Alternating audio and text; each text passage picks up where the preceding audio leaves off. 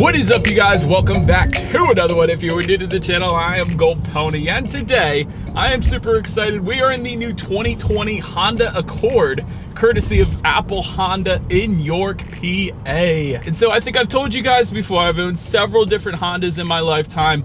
Love Hondas, actually used to sell Hondas, believe it or not, if you didn't know that little fun fact. And although I do not currently own one, I am still super excited to be in this one today. So what do you say? As always, let's start with pricing. And so as expected, there are several different trim levels for the 2020 Honda Accord. First one being the LX, starting at $23,870. Hybrid starting at $25,470. The Sport, which actually is the one we have today, starting at $26,530. EX for $27,770, EXL for $30,270, and lastly, the top of the line Touring starting at $36,100. But so then when it comes to the power plant, there are actually three different power plants if you count the hybrid. First one being the 1.5 liter turbocharged inline 4-cylinder, and this actually is the engine setup belonging to the LX Sport that we have today, EX and EXL. This one puts out 192 horsepower at 5,500 RPM. 192 pound-feet of torque available from the power band of 1,600 to 5,000 RPM. That power is, of course, going to be sent to the front wheels through a CVT, giving you MPG numbers at approximately 30 in the city, 38 on the highway, taking regular unleaded fuel or 87 octane, so that's always nice. But then you have the more powerful 2-liter turbocharged inline 4-cylinder. This, by the way, is the same engine found in the Honda Civic Type R, but this particular engine setup comes standard on the Touring, and it is actually optional on the EXL and the Sport. This one puts out 252 horsepower at 6,500 RPM, 273 pound-feet of torque available from the power band of 1,500 to 4,000 RPM. Again, sent to the front wheels through your choice of either a 6-speed manual or a 10-speed automatic, giving you a 0 to 60 time of approximately anywhere in the range of 5.5 to 5.7 seconds, with a quarter-mile time of 14.1 seconds, in case you were interested there.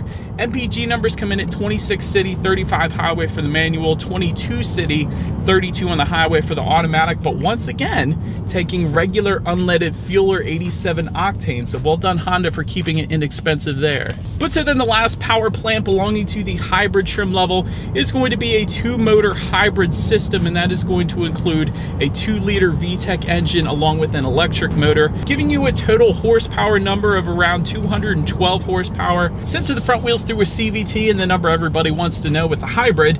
MPG numbers come in at 48 in the city, 47 on the highway, taking regular unleaded fuel once again. But said that before we do any kind of accelerations in the 2020 Accord, I did want to mention the drive modes. There actually are some drive mode buttons directly behind the shifter, and they're going to include Sport for all non-hybrid trim levels, and also the Eco mode, of course. And for those of you not familiar with Honda's Eco mode, that essentially is the button that you want to press when you're taking on a very long highway drive, perhaps on your commute to work. That is actually going to increase your miles per gallon as well, and actually quite substantially, that I found in the past with my Honda Civics, that really increased the miles per gallon there when you hit that Eco button. But hybrid trim is actually also going to add an EV mode as well. But having said all that, I neglected to mention to you guys already, we do have paddle shifters today, and they are actually going to come standard on the Touring trim levels, but available on the Sport, and we do have them available to us today. So what do you say, let's go ahead and put it in that Sport driving mode. Did immediately just downshift for me there, so it's going to hold the RPMs at a much higher level. Throttle sensitivity is also going to be adjusted slightly, and the steering sensitivity, oh my gosh, that is a noticeable difference. Well done Honda. And so, but I think you guys know what we have to do next. Let's do a quick little paddle shifter test here, and let's see how quickly they react for us. Here we go.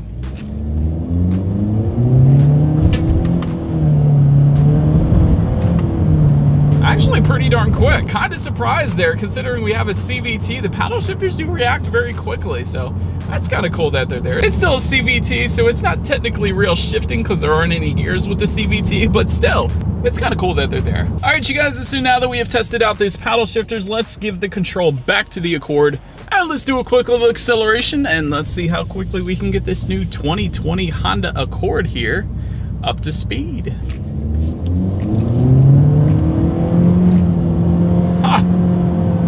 Wow, Okay, it actually does pin you in the back of your seat a little bit. That was kind of cool.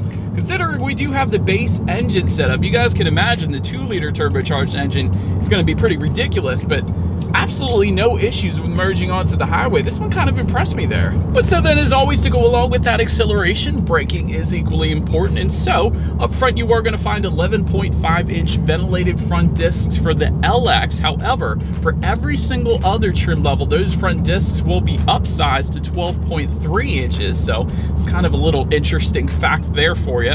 In the back, you're going to have 11.1-inch solid rear discs for every single trim level. And in my short little test drive today, I think that was the first thing I mentioned. The braking feel is excellent in the Accord. Certainly brings you to a very nice stop. There's no brake pedal delays or anything like that. Very nice braking feel in the Accord. Touching on suspension and handling a little bit up front, you're going to get a McPherson strut front suspension. In the back, a multi-link rear suspension, front and rear stabilizer bars as well. And I do want to also mention that when it comes to the stabilizer bars, they are slightly larger for the sport and touring trim levels, in case you were curious. So it is kind of cool with the sport trim level that Honda did more than just cosmetic upgrades. They did improve the suspension a little bit there too, so that's definitely worth mentioning. Also, here's one thing that I absolutely love. If you really wanted the best suspension available for the 2020 Honda Accord, go with the touring trim level, because that one is going to give you an adaptive damping system. And that is, of course, going to monitor each damper individually, monitoring the road's conditions, soaking up Pennsylvania's road imperfections, so giving you a smoother ride. But not only that, but it also tightens up the suspension during heavy cornering, giving you better handling as well. So really the best of both worlds if you went with that touring trim level. So that is very nice. But overall, in my short test drive today, ride quality has been right on point. Certainly no issues there. Steering feel is excellent when you put it in that sport driving mode. And that is one thing that absolutely surprised me. The second I put it in that sport driving mode, instantly a heavier weighted steering wheel. So it actually feels like it points you in the direction much easier than it otherwise would have. And I absolutely love it. I always like heavier weighted steering wheels. It feels better, makes you feel more sporty and in control of the car. So that's always a good thing. Touching on cabin noise a little bit, also right on point there. No issues for me. Visibility, I can see perfectly fine out the back. It is a sedan. You hardly ever have any issues when it comes to visibility with sedans. So everything is perfect there. Head up display you can actually get with the touring. Did want to mention that's a little forward visibility there. It's going to help you better keep your eyes on the road so you can enjoy the drive a bit more.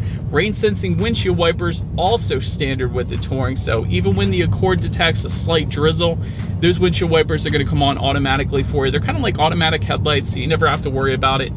Definitely a feature you get used to very quickly. But that about rounds out the performance segment of this 2020 Honda Accord. Let's now go ahead and take a look at the exterior of this one. All right, you guys, so here it is, the 2020 Honda Accord. Quite a nice silhouette to this one, if you ask me.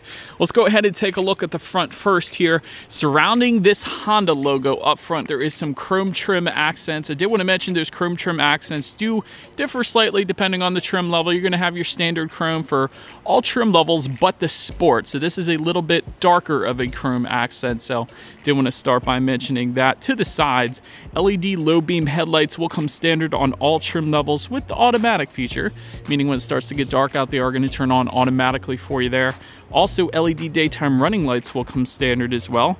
LED fog lights, you can find those just below. They can be found on the Sport trim level and up. Also, full LED headlights will come standard on the Touring. And I did want to mention a couple other things as well. You guys can see the intercooler. Of course, with the Accord engine being turbocharged, intercooler is quite necessary. And just in the middle of that, actually says Honda Sensing. So that is where the Honda Sensing system is going to be located. Adaptive cruise control, also essentially monitored through that center square object there. So in case you were curious what that was, that's to help out the Honda Sensing system, which I will get more into later in the video. But for now, let's go ahead and make our way to the side. Chrome window surrounds will come standard for all trim levels.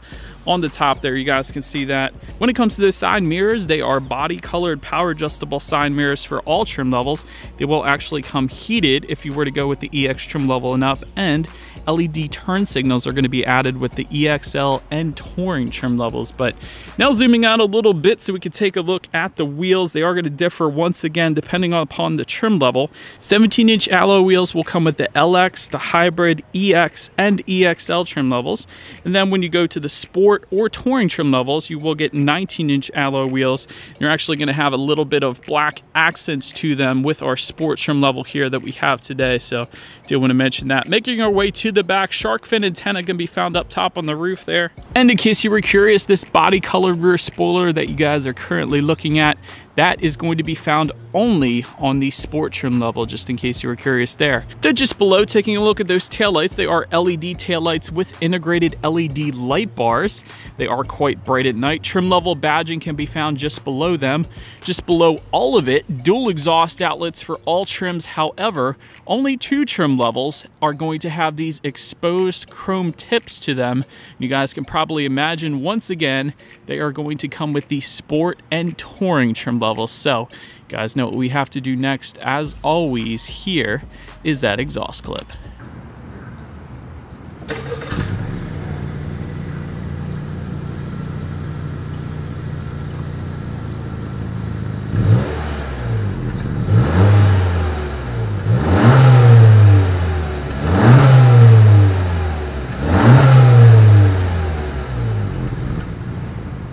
All right, so since we are around back, I did want to mention when it comes to opening the rear trunk, there actually is a button on the key fob. So I'm just going to simply press that. Or if you were inside of the Accord, there's actually going to be a button on the driver's side door down below there. So either way is going to open up the trunk for you. But once opened up, cargo capacity is going to come in at an above average number of 16.7 cubic feet. That is quite a bit more than just about every other mid-size sedan out there right now. So that's definitely pretty nice. Cargo area lighting can also be found back there. Also, some grocery hooks can also be found back there. Usually you find that in SUVs, but not all the time in sedans. So that is pretty cool. And also the levers, of course, to fold down those rear seats. There is a 60-40 split, adding a good bit of extra space there if you needed it. But now let's go ahead and make our way to the rear seats, because rear legroom, once again, very impressive. 40.4 inches of rear legroom. So for reference, I'm an even 6 feet tall. This is how much space I have back there. And by the way, this is me sitting behind my own driving position. So quite a bit of extra space back there. There is a rear center armrest as well with cup holders. And with our Sport trim level that we have here today, there actually is no rear ventilation. So wouldn't have minded a little bit of that. Touring trim level though is going to add heated rear seats as well. That is another thing a lot of midsize sedans don't offer. So that is pretty cool that that's there as well. Make your way up to the front seats. Manually adjustable front seats can be found with the LX and Hybrid trim levels. You will get a 12-way power driver seat with 4-way power lumbar if you go with the Sport trim level and up. And if you wanted a power adjustable passenger seat as well, simply go with the EXL or Touring trim levels. Did want to also mention you will get heated front seats with the EX trim level and up, ventilated front seats with the Touring only, and you will find leather finishes with the EXL and Touring trim levels as well. By the way, the Sport seats that we have today, they're kind of a combination. They're a combination of leather on the outsides, but then kind of a sport fabric on the inside. So it's kind of a mixture between the two. So I did want to mention that. But taking a look at the steering wheel, it is tilt and telescoping. It will come leather wrapped for the Sport, EXL, and Touring trim levels. And the 10-2 grips on this are actually quite impressive. They're a lot thicker than I remember old Accords having. So that's kind of cool. I do like that. Definitely has a nice feel to it with those thicker grips. But now let's go ahead and make our way to the startup. Let me first start by showing you guys the key here. You do have your Honda logo on the one side, and when you flip it over, lock, unlock, and again, that button to pop the rear hatch. It is kind of a heavy duty key, so I kind of like that. But to go ahead and start this one, there is a push button start for every single trim level found just by the driver's right knee. And it is a red illuminated push button start, perhaps paying homage to one of the first cars with a push button start, the old Honda S2000, the car I learned to drive manual on. That is one of the best cars ever made in my opinion. But let's go ahead and put our foot on the brake and press that engine start button there. But so then when it comes to the gauges, first thing I wanted to mention is when the car is off and you first get into the Accord and you shut the door, it is going to greet you with a nice little tone as well as a display on the gauges. So I found that pretty cool. It's a nice little way to get in the Accord. But anywho, once started up, tachometer is on your left, speedometer is on your right. And actually there is a digital display within the tachometer. Did want to mention that to control what is on that digital display, there are steering wheel mounted controls on the left side there. So you can choose to display that tachometer if you wanted to, or you can choose to display your fuel information. You can choose to display radio settings. There's your Bluetooth information, traffic sign recognition. There's safety features. There's really a ton of different things you could choose to display. I kind of like the old school tachometer up there, but I did want to also mention the driving modes are going to adjust the gauges slightly as well. So for instance, when you put it in eco mode, it is going to let you know you are in econ mode, and it's going to adjust the tachometer a little bit as well. Whereas if you put it in sport mode, once again, it's going to adjust the tachometer to make room for boost pressure. That's pretty cool. I like that. Anyways, let's go ahead and make our way to overall interior quality. First thing I wanted to mention is something we don't have today. Power moonroof is going to come with the EX, EXL, Touring, and Sport if you go with the 2-liter. That is the only way you're going to get that power moonroof with the Sport trim level, is if it's with the 2-liter turbocharged engine setup. But again, we don't have that today. Wireless phone charger is going to come with the Touring. You can find dual zone climate control for every single trim level. Sunglass holder up top there on the roof. Sport pedal can be found as well with the Sport trim level that we have today. I found that pretty cool. They have a aluminum finish to them there. HomeLink controls can be found with the EXL and Touring trim levels. And overall, when it comes to the interior of the 2020 Accord, there's some wins and there's some losses. One of the cool things, kind of a carbon fiber-ish look just above the glove box. It ties into the doors as well, so definitely like that. Just in front of the shifter, there is a USB charging port as well as a 12-volt power outlet and a ton of cubby space just in front of the shifter there as well. Just behind that, you have a couple cup holders as well as an electronic parking brake and a brake hold button as well if you're stuck in traffic.